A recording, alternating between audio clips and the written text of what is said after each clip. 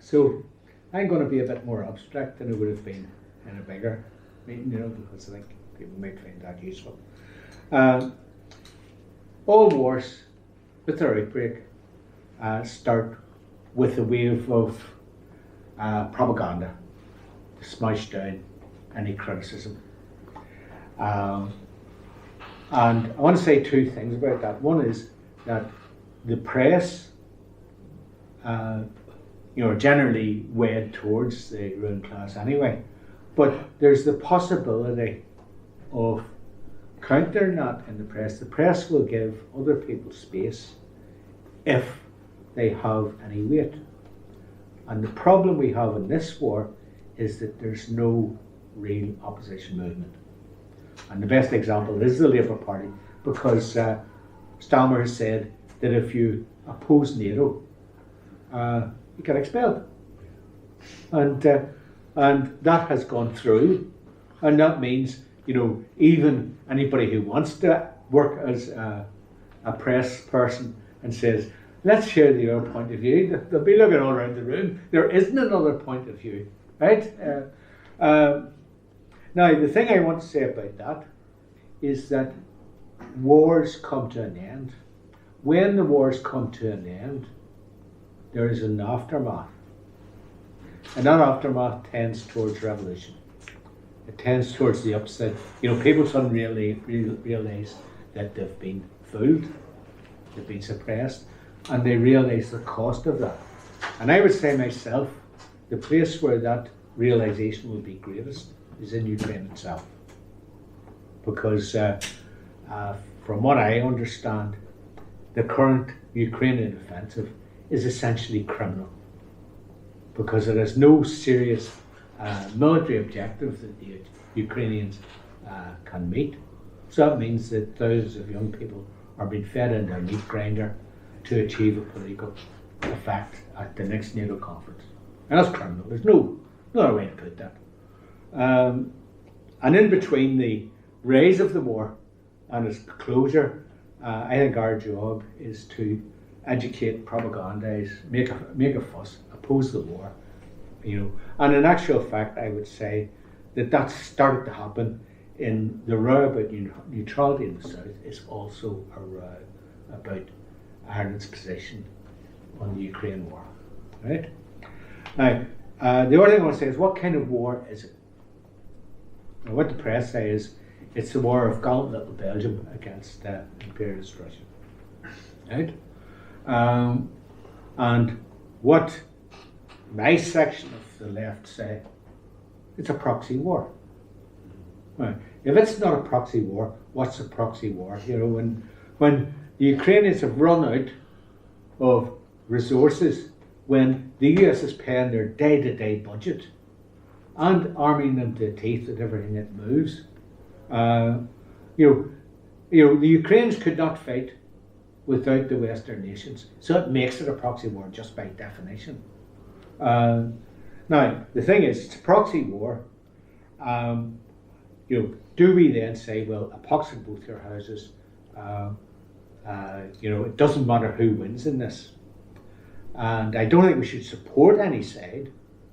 But if it's a proxy war, it's a proxy war that's to re-establish US hegemony. There's two things that are, one of the things happening in the background is that there's a big flight from the US banking system and US controls. Now, there's some very significant reasons for that.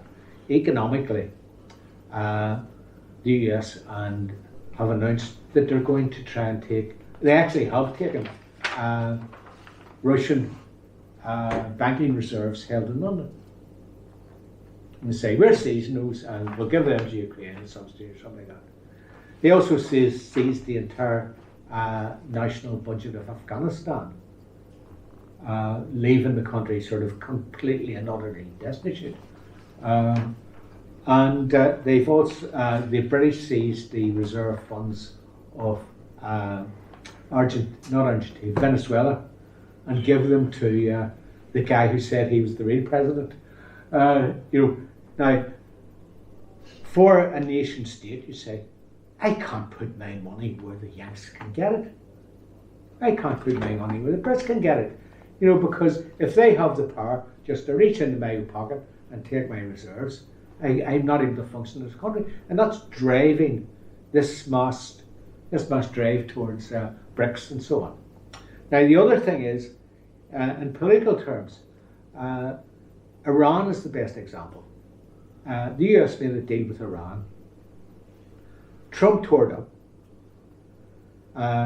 Biden got in, and the Iranians said, okay, you're in, Trump's away, we'll restart these, we'll reopen this treaty. Biden said, no, we'll want a lot more of you, The end result is growing war tensions. And interestingly enough, a situation where there's a reconciliation between Iran and the Sauds and a lot of other Eastern European or Middle Eastern states. So, nearly finished. I just wanted to sort of make. So, what I think is, what would NATO victory mean in this proxy war? It would mean the dismemberment of Russia. And that's clearly their intention. And also the reassertion of US power across the globe. We've done it again. And I think we should oppose that. On the other hand, at one level, Russia can't lose. They can't lose this conflict because they just, they have the resources to defeat Ukraine, even with NATO support and US support. But their victory isn't really a solution because, they can call a halt when they've got the Donbass. Essentially hostilities, but it's a sort of frozen conflict, and what's very likely is a new Iron Curtain and a new forever war centred on Europe and gradually circling around China as well. So I think we want to be aware of all those things. So it's happening. What are the consequences? And by consequences, I mean the consequences for the working class, not for me individually. Am I going to lose 2% of my mortgage or something like that? No. What are the consequences for the working class? Now, the immediate consequences in both Ireland and Britain are the diversion of funds that are urgently needed to stave off austerity. That's the immediate impact. Number two, there's the militarisation of society, and that has effect outside the fact that there's an army and the army gets more stuff and that sort of thing. In Britain, you now have a new law where the cops can lift you for thinking about things. And that's what they did at the coronation. They rounded up about 50 people who they thought were thinking about things, and it was legal. It was legal because this don't be thinking about things law had been passed about a week before in Parliament. And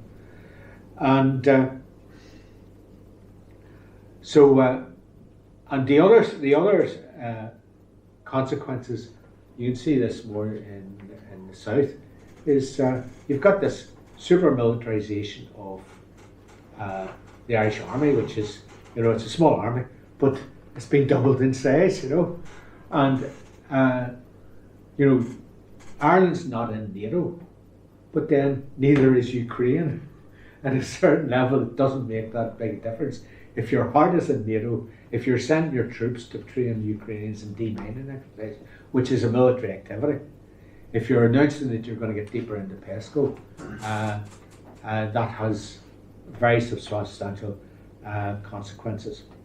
The last thing I'll say is it's going to be hard to wage this fight, but I think mixed right. This row about neutrality is, there's a simmering sort of unease, and that unease is very well justified.